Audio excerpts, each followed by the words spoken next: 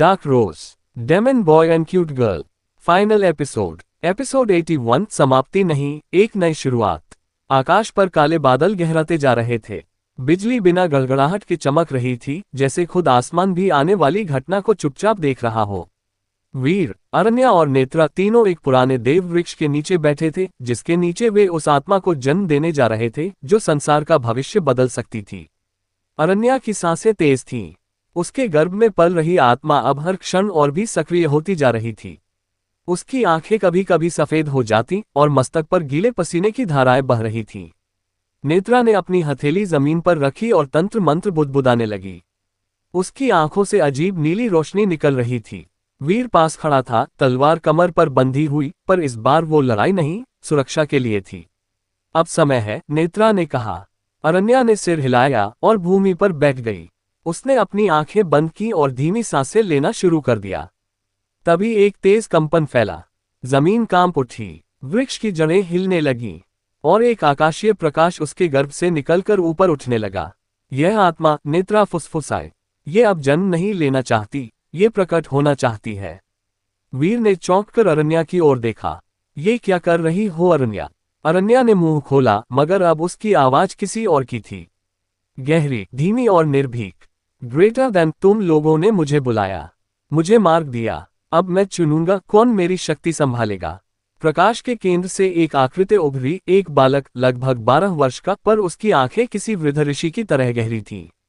वो बोल नहीं रहा था, पर तीनों के मन में उसकी आवाज गूंज रही थी।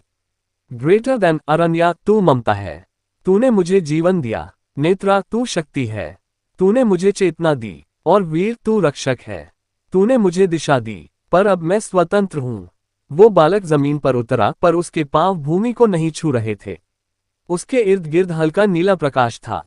वो वीर के पास गया और धीरे से बोला, ग्रेटर देन, तू अब युद्ध नहीं करेगा, तू अब पिता बनेगा, और मैं तुझे वो प्रेम दूंगा जो तुझसे कभी छीना गया। वीर की आंखें भर आईं। उसने उस बालक को छूने की कोशिश की, पर वो केवल प्रकाश था। फिर वो अरण्या की ओर मुड़ा। ग्रेटर देन, माँ, मैं जानता हूं कि तुझे डर है, पर डर मत, मैं वो बनूंगा जो तेरा नाम जिंदा रखेगा। मैं तेरा उत्तर हूं, तेरा विकल्प नहीं। अरण्या के आंसू बह निकले। बालक अंत में नेत्रा के पास गया। ग्रेटर देन, तू वो थी जिसने मुझे ब्रह्मांड की भाषा सिखाई, पर शक्ति बिना संवेदना के अधूरी है। तुझे अब अंधकार नहीं, प्रकाश चुनना होगा। नेत्रा ने आंखें बंद कर लीं। उसके होंठ कांपे और पहली बार उसकी आंखों से आंसू निकले। बालक ने तीनों की हथेलियां थमी। ग्रेटर देन, अब मैं जा रहा हूं। मेरा समय यहां नहीं, किसी और लोक में है।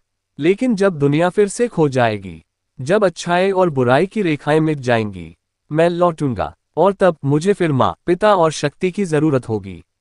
एक तेज प्रकाश के साथ वो आकृति ऊपर उठ गई। तेज होती हवा, चमकती बिजली और कंपन के बीच वो बालक विलीन हो गया। आकाश एक पल को पूरी तरह सफेद हो गया।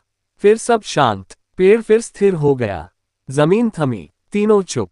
अरण्या ने अपनी हथेली अपने पेट पर रखी। अब वहां कोई हलचल नहीं थी। वो अब खाली थी, मगर टूटी नहीं। वीर ने उसका हाथ थामा। क्या हम अब सामान्य जीवन जी सकते हैं?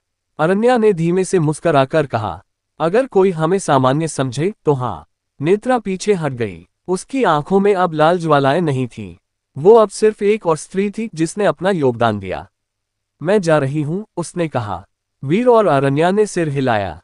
आखिरी बार तीनों ने एक दूसरे को देखा। फिर नेत्रा वनों में विलीन हो गई। वीर और अरण्या आश्रम लौटे।